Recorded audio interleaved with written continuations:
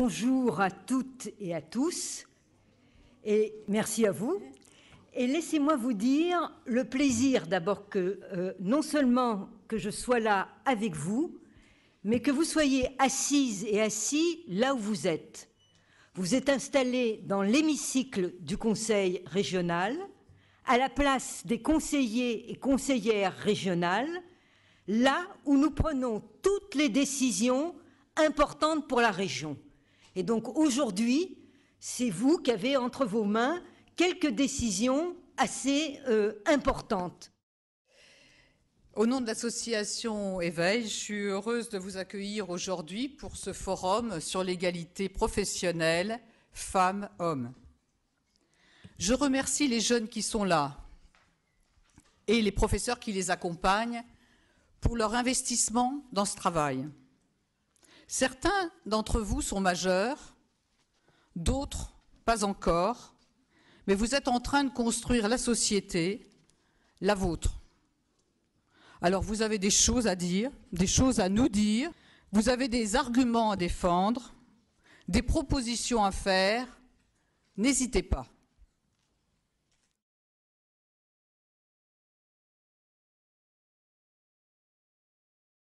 Notre professeur de français nous a fait part du projet proposé par l'association Éveil et nous avons tous accepté de travailler sur le thème qui traite de la parité homme-femme.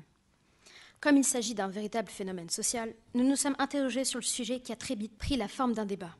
Nous avons réfléchi au compte rendu possible et nous avons eu l'idée de le faire sous forme de clip audio, car cela permet une large diffusion. Bonjour, vous écoutez Radio Clip. Radio Clip. Vous êtes sur Radio Clip. Radio Clip. Certains métiers sont proposés en fonction du sexe et les postes à responsabilité sont réservés plus facilement aux hommes. Tu trouves ça juste?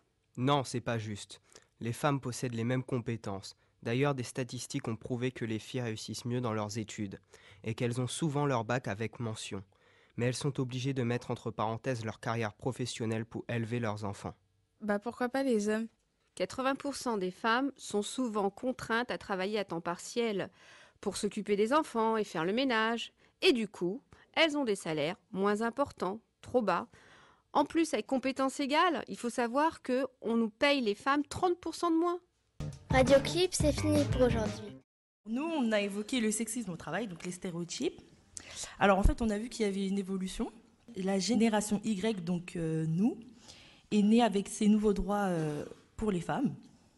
Qu'il y avait également un changement de perception, mais les femmes en fait doivent continuer à défendre leurs droits. La mentalité des hommes a évolué, mais la femme est encore associée à une notion de dépendance. En ce qui concerne les métiers, certains pensent que les femmes ne peuvent pas exercer certains métiers du fait de leur constitution, donc tout ce qui est métier au niveau de la force. On a dit aussi qu'il n'était pas normal que des métiers soient réservés exclusivement aux femmes, comme par exemple sage-femme. En fait, le nom depuis n'a pas changé alors qu'il y a quelques hommes qui font ce métier-là. Enfin, on a pu déceler quelques causes. Donc, on a dit que ça commençait dès l'enfance, qu'il y avait aussi à cause de la société, l'école et la famille. Et en fait, ces trois-là, en fait, ils contribuent un peu à notre éducation d'aujourd'hui. Il y a aussi les livres de cours d'école qui reflètent beaucoup de clichés. On a beaucoup parlé de la différence physique, mais en fait, si vous vous regardez les uns les autres, vous avez beaucoup plus de différences entre individus que si vous faites un groupe avec les filles d'un côté et les garçons de l'autre. Si vous prenez l'exemple des métiers, on nous dit, voilà, dans ce métier-là, il faut être fort, donc c'est pour les hommes. Mais si vous prenez par exemple les jockeys qui font les courses de chevaux, ils sont tout petits, il faut être tout petit, il faut être tout fluet. Est-ce qu'il y a des femmes dans ces métiers-là? Quasiment pas. Donc vous voyez que ce n'est pas seulement une question de physique, c'est qu'on a des représentations et que les métiers véhiculent un certain nombre de représentations qui vous dirigent, et c'est votre responsabilité à vous d'essayer d'être le plus libre possible dans vos choix, quels qu'ils soient, et de ne pas vous laisser guider par des choses qui vous dépassent. Des choses que vous avez soulevées qu'on ne travaille peut-être pas assez. Les stéréotypes inconscients. C'est-à-dire qu'on ne prend même pas conscience des stéréotypes. Alors j'aimerais poser la question, à part le travail que vous venez de faire là, est-ce que dans votre vie scolaire, dans votre vie familiale, dans vos relations de camaraderie entre garçons et filles, Vous travaillez sur cette question des représentations, des stéréotypes. Est-ce que vous vous moquez des stéréotypes sexistes? On a commencé notre réflexion par un débat. En groupe, on s'est posé des questions sur les métiers d'hommes et les métiers de femmes, sur les attitudes sexistes au travail et leurs origines et les raisons des stéréotypes au travail. Nous avons ensuite travaillé sur une publicité pour un shampoing aux Philippines censé détruire les stéréotypes sur les femmes au travail, mais apparemment ça a plutôt renforcé cette idée-là. On a écouté une Américaine qui nous a parlé de son travail de chauffeur de camion. On a rencontré une femme pilote de ligne et une femme journaliste radio. Et enfin, par jeu de groupe avec la minorité de garçons de la classe, on a fait des jeux de rôle. Les garçons étaient dans une situation plutôt féminine, donc dans une crèche, dans une équipe de foot féminin, dans un salon de coiffure et dans un cours de danse classique. Et on a essayé dans ces scénettes de détruire un peu les stéréotypes. Les différences de salaire n'ont pas lieu d'être et que la liberté d'une femme, c'est son salaire. Surtout quand elle a déjà son mari et tout. Elle ne doit pas être dépendante de son mari. Et il faut également que les hommes encouragent les femmes dans leur réussite. Pour l'avenir, nous pensons que malgré les améliorations, la situation ne sera jamais parfaite. Nous pouvons donc proposer aux lycéennes des stages dans les métiers dits masculins et aux lycéens des stages dans des métiers dits féminins. Cela permettra de combattre les préjugés et les métiers s'ouvriront à tous. Il faudrait aussi qu'en classe, il y ait plus d'interventions et plus d'interventions de la part des gens qui ont vécu et vaincu le sexisme au travail et les stéréotypes, donc plus de sensibilisation. On s'est posé 2 questions. Comment les lycéens perçoivent-ils l'égalité homme-femme au quotidien et y a-t-il une égalité dans l'orientation? D'abord, on a remarqué qu'il y avait des métiers que l'on considérait typiquement féminins, tout comme il y avait des métiers qu'on considérait comme typiquement masculins. Dans notre lycée, par exemple, on a des classes de services et soins à la personne, telles que l'esthétique, la coiffure, et on remarque que ces classes sont pratiquement constituées que de filles. Il y a des classes où il y a peut-être 1 ou 2 garçons. Par contre, les classes du secteur tertiaire, telles que la vente, le commerce, elles ont tendance à être assez mixtes. On a récolté quelques témoignages. Donc, il y a une fille en esthétique qui nous dit « Les garçons qui sont dans les métiers dits féminins ont une apparence efféminée. » Et là, sa copine, elle rajoute « On les prend souvent pour des homosexuels. » Un garçon, par contre, lui nous dit les garçons sont plus performants dans le domaine du bâtiment parce que les filles, elles, n'ont pas le physique adapté. Je reviens donc à cette question qu'il y a des métiers dans lesquels il y a plus d'hommes, des métiers dans lesquels il y a plus de femmes, on la retrouve encore partout. Partout dans le monde, on retrouve cette espèce de segmentation et une surreprésentation des femmes et des hommes dans des métiers. Mais ça a quand même bougé, ça a été très bien dit. Ça a bougé parce que les femmes ont demandé. Elles ont demandé à investir des métiers qui leur ont été interdits. Pendant longtemps, les femmes n'ont pas été autorisées, par exemple, à passer le concours pour être commissaire de police. Pendant très longtemps, on leur a interdit d'être professeur ou institutrice, sauf pour les petits-enfants à la maternelle. Mais vous voyez bien que du coup, on vous ferme une partie de votre réalisation. Alors bien sûr, aujourd'hui, on n'interdit plus tout ça. Mais vous voyez, les mentalités sont longues à changer et c'est pas si facile de s'envisager dans un métier d'homme quand on est une femme. Et c'est encore moins facile de s'envisager dans un métier dans lequel il y a plus de femmes pour des hommes. Vous avez demandé qu'on vous donne un exemple de stéréotype. Donc c'est par exemple dans les lycées, même les conseillères d'orientation dans les collèges, eux-mêmes ils font des stéréotypes sans s'en rendre compte. Exemple, ma petite sœur, elle a voulu faire directrice d'hôpitaux. Elle est partie avec l'un de ses camarades de classe, est partie la voir la conseillère, et elle lui a dit « Est-ce que tu es sûre de pouvoir le faire ?»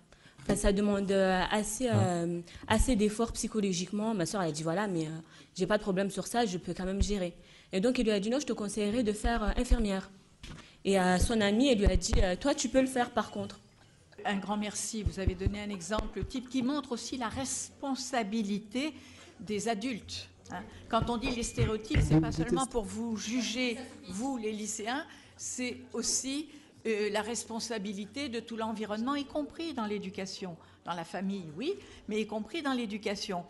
Est-ce qu'il y a une réaction pour lutter contre ça ? Ma soeur, directement, elle est partie à faire des études pour devenir infirmière. Elle a écouté ce que lui a dit la conseillère d'orientation, qu'elle ne pouvait pas le faire. Dire que toute sa vie va être déterminée par un choix qui lui a été plus ou moins imposé. Voilà, parce qu'on lui a dit qu'elle n'était pas capable de le faire psychologiquement, que ça demandait assez d'efforts. Bon, c'est un bon exemple et terrible exemple. Merci.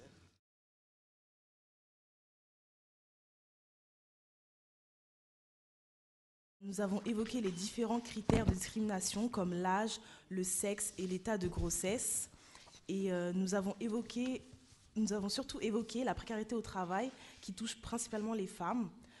Parmi les femmes qui ont un emploi, 30% sont à temps partiel, voulu ou subi. Après, suite à ça, on a fait un sondage dans la classe pour savoir qu'est-ce qu'il y avait dans la classe, que pensaient les autres. Alors sur la question, est-ce que c'est justifié qu'un patron ne recrute pas une femme enceinte ? Il y a 3 garçons qui ont été d'accord. Après, sur la question, lorsque 2 personnes qui suivent les mêmes études et ont les mêmes postes, est-ce qu'il est normal que la femme elle soit moins payée ? Donc, il y a tout le monde qui ont dit non, sauf 3 personnes qui pensent que ça peut se discuter. Après, ils ont demandé si c'était naturel que ce soit la femme qui s'occupe des enfants et non l'homme.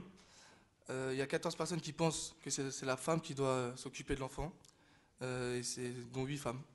Moi, je trouve que les sacrifices, tout le monde peut les faire. Hein. C'est pas parce que forcément on est une femme. Ok, on va dire qu'on a plus de facilité à se sacrifier, à sacrifier notre vie professionnelle pour nos enfants.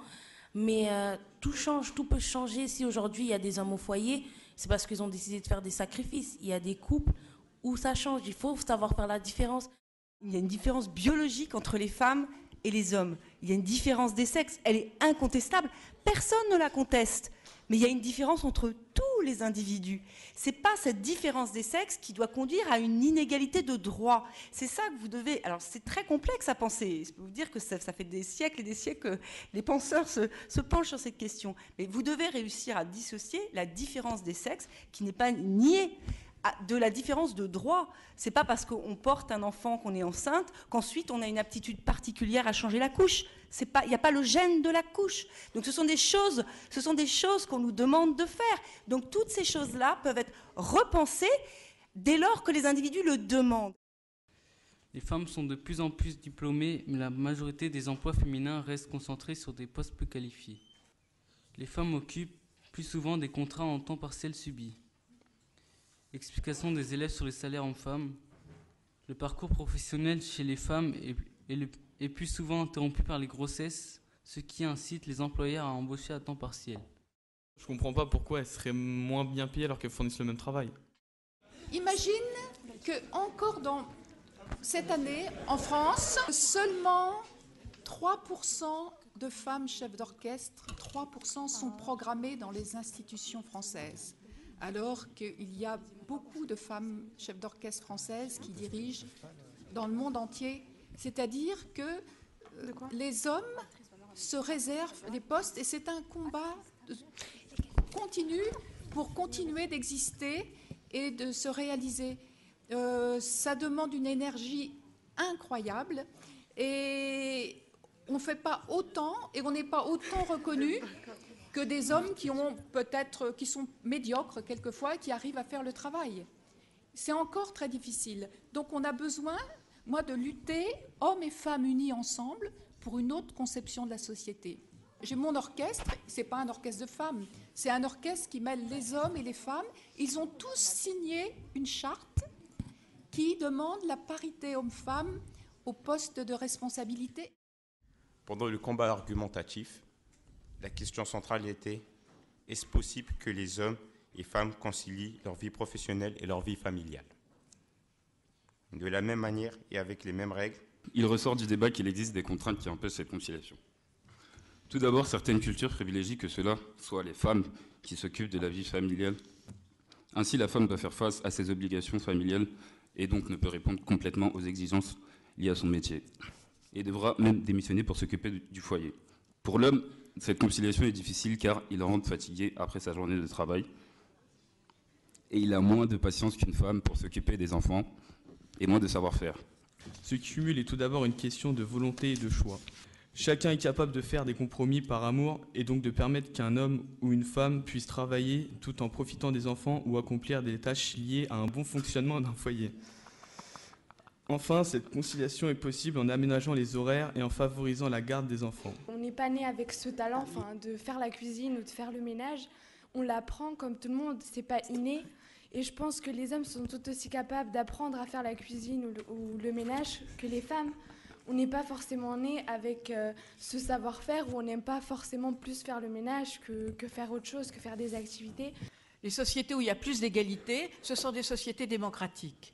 Les sociétés où il y a le plus d'égalité, c'est des sociétés où justement, dans tous les domaines, on voit s'épanouir des talents, et que ce soit hommes ou femmes. Je voudrais donner la parole à Claire Guibaud qui va nous parler de son parcours, de votre parcours. Donc vous, on l'a dit, vous êtes chef d'orchestre, qui est un métier difficile, quel que soit le sexe, j'allais dire, mais plus particulièrement sans doute pour une femme, parce que c'est un métier, évidemment, vous avez dû vous heurter sans doute à beaucoup de stéréotypes. Vous savez, pour que des femmes soient plus nombreuses dans les orchestres, aux postes de responsabilité, il a fallu, dans les concours de recrutement, réclamer un paravent. C'est-à-dire que quand on fait un concours pour recruter un instrumentiste ou une instrumentiste, sur scène, il y a un jury, eh bien on met un paravent sur la scène, et personne ne sait qui joue derrière. C'est comme les curriculum vitae à l'aveugle. Grâce à ce paravent, on a rééquilibré la position des femmes dans les orchestres. On a été éduqués pour être plus discrètes, donc une femme chef d'orchestre sur un podium, pourquoi ? Il faut que nos ministres nomment des personnalités féminines à la tête des grandes institutions. Ça donne le courage et ça leur fait voir que c'est possible, et qu'on peut se réaliser, qu'on peut gagner sa vie, etc.